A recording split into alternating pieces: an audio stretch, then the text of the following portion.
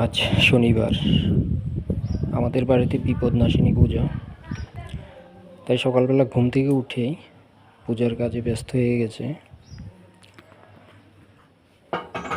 বিপদনাশিনী জানেন, সবার মঙ্গল কামনার্থে করা হয়। তো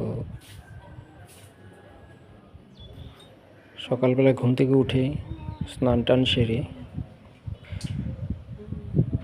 পূজা দিচ্ছে আমাদের বাড়িতে। ঠাকুর ঘরটা অনেকটা ছোট, তো আমাদের এই ছোট্ট ঘরের মধ্যেই পূজা দিতে হয়।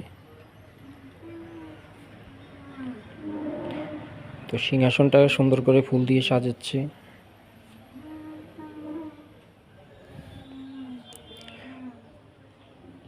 ফুল আমাদের বাড়িতেই ফুটে গাছে।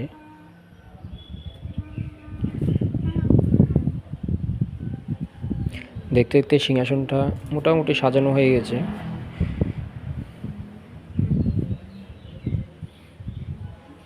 বিভিন্ন রঙের ফুল দিয়ে সিংহাসন সাজানো হচ্ছে।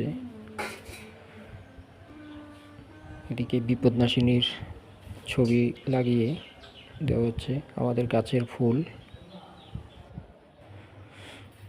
এবার ভোগের জন্য সব ফল কাটছে, মোটামুটি ভোগ রেডি।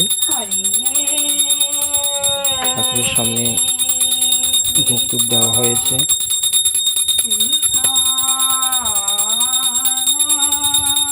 সাধারণত এই পূজা আমাদের ঘরের মধ্যেই করা হয়।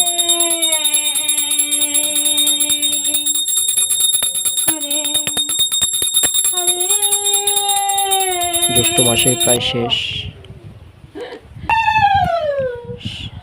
আমাদের বাড়িতে প্রত্যেক মাসেই বিপদনাশিনী পূজা করা হয়। তো এদিকে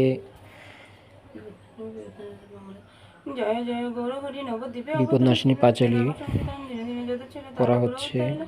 নাম হলো পতিত পাবন বিশ্বমানুষিত বন্ধু রাজস্বত জাত হবে অভিষ্ট পূরণ দশরথ প্রিয়ম্বজে সীতা দেবী সহবজে বাবু সিন্ধু উদ্ধার কারণ বন্ধু শিব শিব পায়ে ভূমিতে লুটায় একায় সদা শিব হইবে নিশ্চয়। মোটামুটি পাঁচালি পড়া শেষ, পূজা মোটামুটি শেষ পর্যায়ে।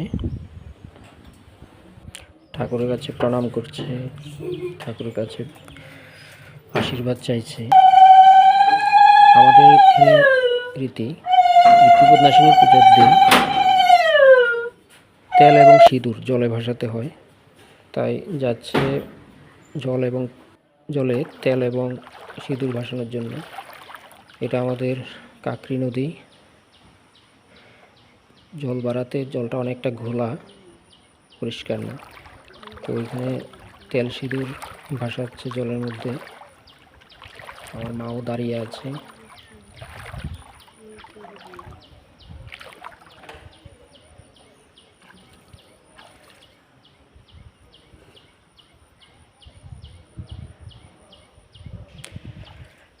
বাঙালিদের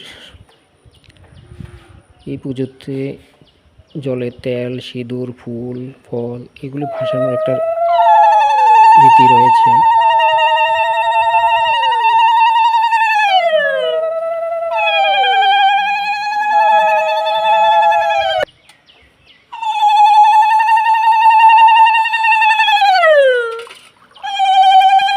মোটামুটি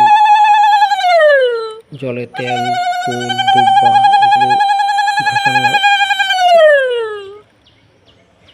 হয়ে গেছে। জলের স্রোত এবং ঘোলা থাকার কারণে জলের মধ্যে তেল ফেললে যে একটা সুন্দর দৃশ্য, সেই দৃশ্যটা দেখা যাচ্ছে না।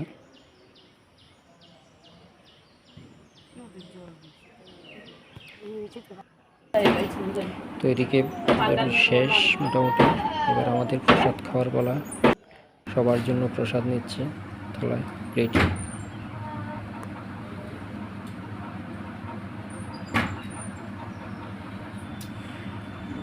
ফাইনালি আমরা এখন প্রসাদ খাবো।